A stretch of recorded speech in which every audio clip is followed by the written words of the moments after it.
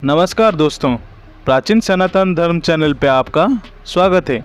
मित्रों, भगवान जगन्नाथ की रथ यात्रा पुरी में मनाया जाता है, जो कि पंचांग के अनुसार आषाढ़ महीने के शुक्ल पक्ष की द्वितीय तिथि से जगन्नाथ यात्रा निकाली जाती है और पूरे 10 दिनों तक यह उत्सव बड़े ही धूमधाम के साथ मनाया जाता है। इस साल जगन्नाथ रथ यात्रा आषाढ़ महीने के शुक्ल पक्ष की द्वितीय तिथि यानी कि 20 जून 2023 को निकाली जाएगी। रथ यात्रा के दौरान भगवान जगन्नाथ, उनके बड़े भाई बलभद्र और उनके बहन सुभद्रा की प्रतिमा को रथ में बैठाकर नगर भ्रमण कराया जाता है।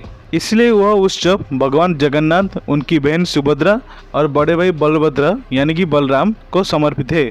जगन्नाथ रथ यात्रा का हिंदू धर्म में विशेष महत्व है। भगवान जगन्नाथ का नाम 2 शब्दों के मेल से बना है। इसमें जग अर्थात ब्रह्मांड और नाथ का अर्थ भगवान से है, यानी कि जो ब्रह्मांड के भगवान है। भगवान जगन्नाथ श्री कृष्ण का ही रूप है, जो कि स्वयं भगवान विष्णु के अवतार हैं।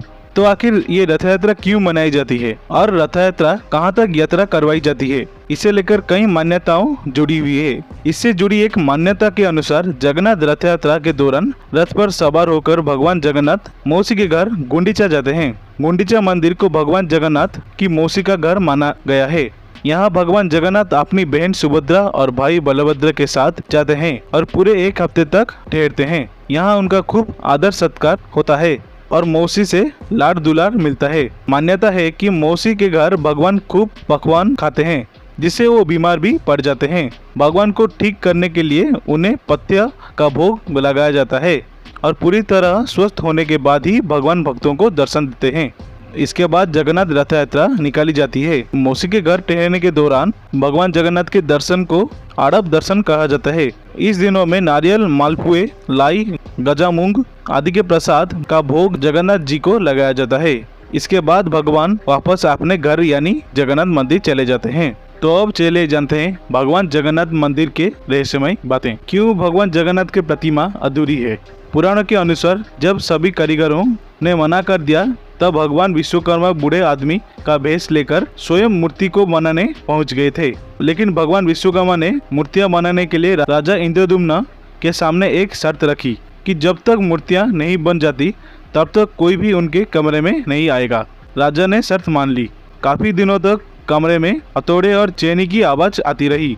एक दिन कमरे से आवाज आना बंद हो गया और राजा ने कमरे खोल दिया। राजा ने देखा कि कमरे में भगवान जगन्नाथ और बलभद्र की हाथों और पैरों की उंगलियां नहीं है और सुभद्रा के हाथ पैर ही नहीं है। इससे राजा बहुत दुखी हुए। तब श्री कृष्ण ने उनके सपने में आकर राजा से कहा कि मंदिर में इसी रूप की मूर्तियां रखवा दे। इसके बाद राजा ने वैसे ही मूर्तियां को मंदिर में रखवाया और आमजन के लिए मंदिर को खोल दिया गया।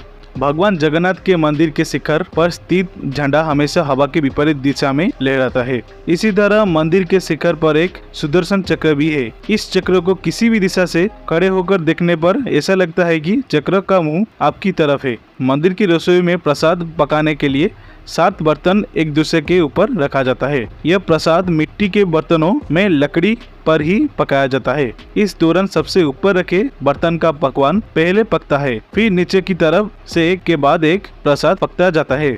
एक बार एक पुजारी मंदिर के 45 मंजिला शिखर पर स्थित झंडे को रोज बदलता है। ऐसी मान्यता है कि अगर एक दिन भी झंडा नहीं बदला गया तो मंदिर 18 वर्ष के लिए बंद हो जाएगा। दिन के किसी भी समय पर जगन्नाथ मंदिर के मुख्य शिखर की परछाई नहीं बनती। मंदिर के प्रसाद को रोजाना करीब 25,000 से ज्यादा भक्त ग्रहण करते हैं। इसके बाद भी यह प्रसाद शेष नहीं बचता है और न ही प्रसाद की कभी कमी पड़ती है।